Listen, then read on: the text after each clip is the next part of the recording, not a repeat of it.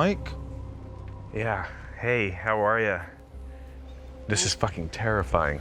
Are we gaming?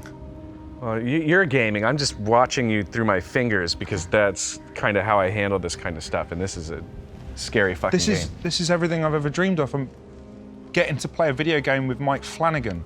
Wow, that was the pinnacle, huh? This was it, yeah. Sorry to hear that. Oh, this is moody. Yeah. Do you still get scared? Oh yes, and horror video games in particular is a big nope for me, especially first-person stuff. Like just big nope. I used to watch my roommates play.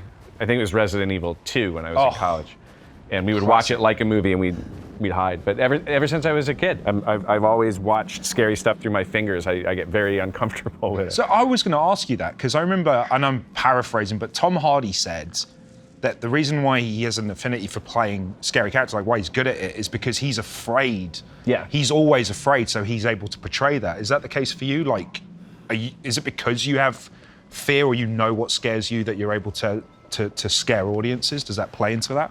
I think maybe, yeah. I was a really, yep, there you go. I was a really, that was just a fucking bird.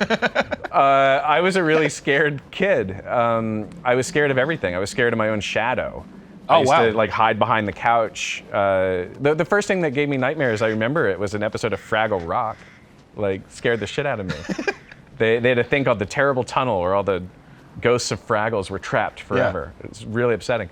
And so I got into horror, mostly books, Stephen King books, because I was too scared to watch movies. Oh, so it just started with the novels? I thought that would be less scary, because it was all going to be in my head and I could control it. That's a Opposite rookie. is true. Yeah, that's a noob mistake, right? But if I was like brave enough to make it through a scary chapter or a scary movie or like a scary video game, then it was like a little exercise in courage. It was like going to the gym and just doing a little bit of exercise and bravery. Yeah. And so you kind of keep going and you... What? And you, don't like that. Yeah. You don't like horror at all, do you? I don't. I was very angry with you. I don't know if you remember after booking Bly, and my first meeting with you in Vancouver, literally within a minute, I kind of had a go at you for the jump scare in Hill House. Yeah, in Ep8. In the car. Yeah, that's a good scare. Because I like doing research, and having to rewatch your work was so scary. To tell you. Mia? What's going But on? it's funny though, because when we were shooting Bly, it never felt like we were making a horror. No, and that's the thing about making horror, is it never feels like horror. No, it feels like comedy. And it's all the same rules. It's rhythm and timing, and everyone's having a great time because you break out the blood and the makeup and everything. It's really fun. Yeah. But I think that's...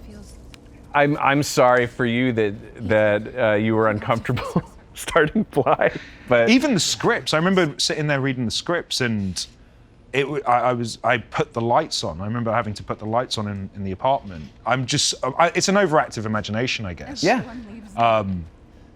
It's, you know what else it is? It's an expression of your empathy.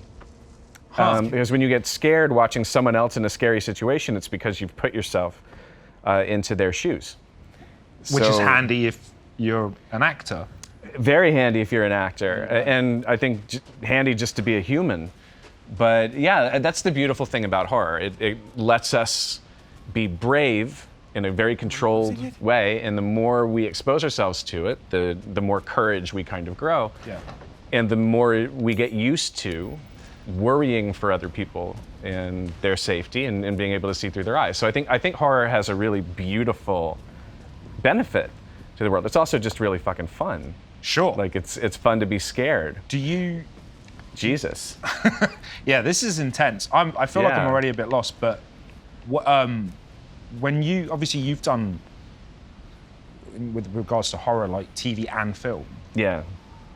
When it comes to building tension, jump scares, things like that, like how do you manage that across a season versus a 2-hour movie? Like, how do you build tension across a 10-episode arc? Much harder in television, but much more fun.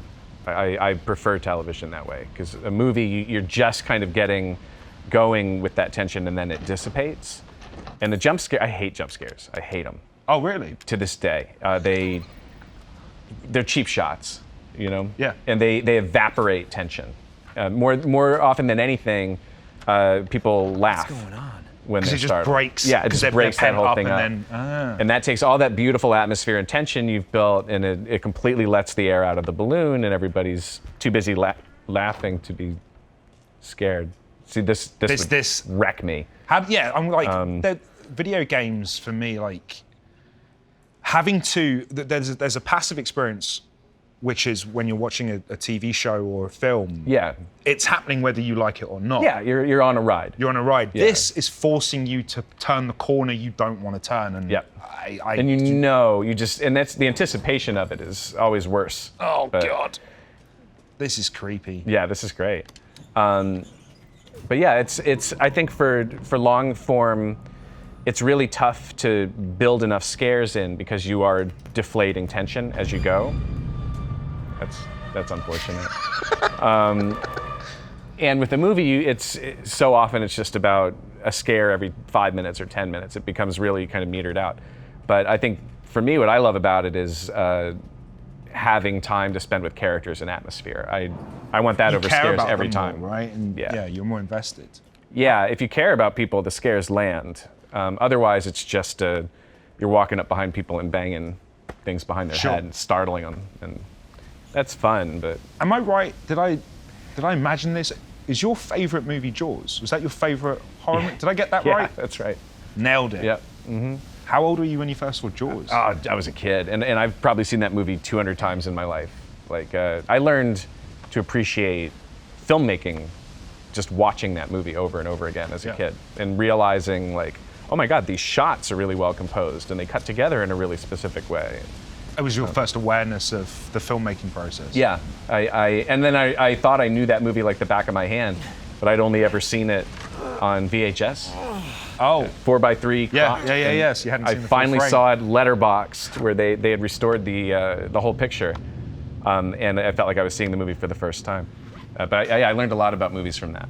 Why is the biggest scare in that movie? And it's one of those that jump scare where they're underwater and the body Yeah, and comes out the hole. Ben in the- Gardner, Yeah. and his head pops through the. No matter the how many hole times in I've the- seen it, I can't time the jump scare. I cannot prepare mentally for it. It's pretty great. Neat trick with that. He brings all the other sounds down to almost nothing right before that happens. And they had played the shark theme, and Dreyfuss is looking around, and it's like Yeah. you're expecting the shark from behind him, and then all the music drops away. So he makes a bed of silence right before it, and you see the head start to rock into frame. About a half second before you hear the big musical sting, which is a technique that movie does beautifully. A lot of movies forget it. They put the big loud noise right on the first frame of the thing.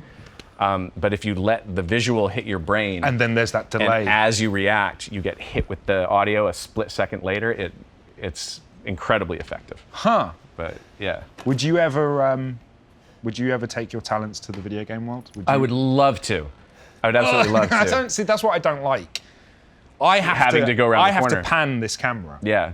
myself. Yep. And for God's sake, it's so unsettling. It is. It's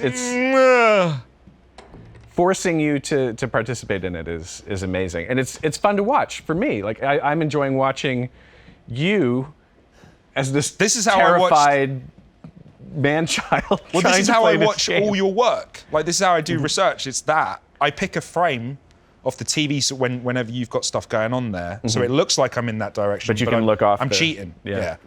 Very smart. We had a this and that was provided. Okay? Are you ready? Yeah, I'm ready. Freddy or Jason? Who's more Freddy. scarier? Ooh, Alien or Predator? Alien. Werewolves or vampires? Vampires. Frankenstein or Dracula? Dracula. What do you mean? The monster or Dracula? Or It would be or Frankenstein's- Dr. Frankenstein. It'd be Frankenstein's monster, or right? Dracula. Yeah. I'm going to say Dracula. I know that Hill House or Bly Manor?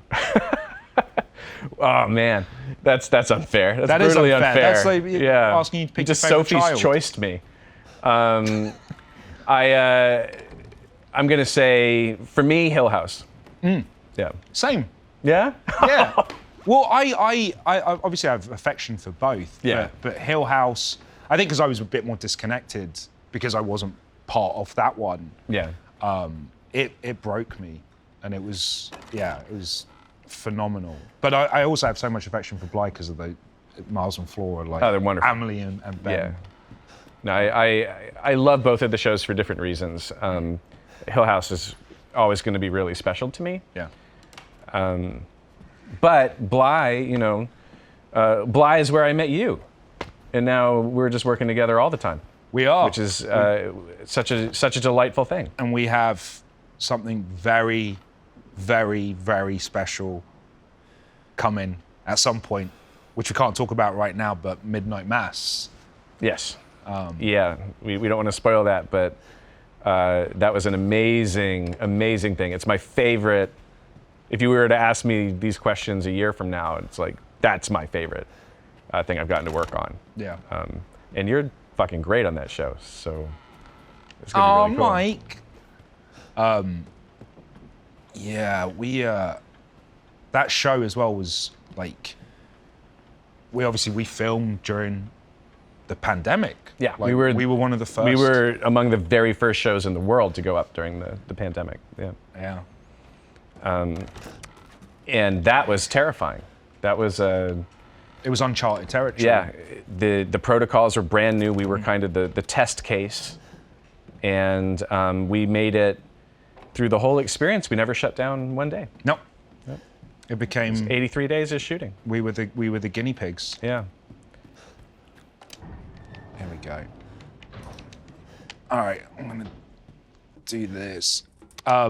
If you like, obviously you're known for horror. Is there a genre that you would love to, like, if you were given any like complete free range? What is there a genre you'd love to tackle that you haven't? Oh yeah. No, I'd love to make a huge sci-fi project. I'd love to.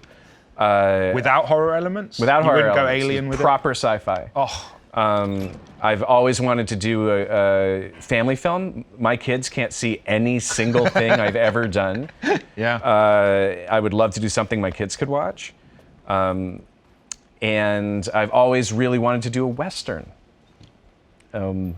Mike, that's yeah. my favorite. I think that would be a blast. Yeah. This is. I feel like this is getting. You're doomed. I mean, it's something. I don't like this. Ah! Okay. We have a doll. Yeah. I've been waiting for so long. I'd make a much better daughter than Rose. Please, won't you stay with me forever? What? Are we? Oh, the doll's where's gone. my gun? Oh, there's a bigger one. That's a human-sized doll. Oh. There we go. Do I need to? I guess I'm examining it. I'm just getting sucked into the game. That's the problem with Yeah. with gameplays. It just becomes about that. I don't. Am I?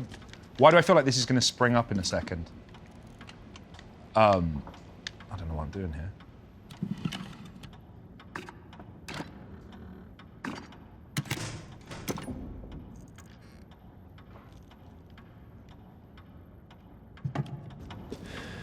One of the things I find so scary about games like this is that you get completely just stuck in the world, and unless you advance yourself forward, you're never getting out, right? Right. Like you're stuck here.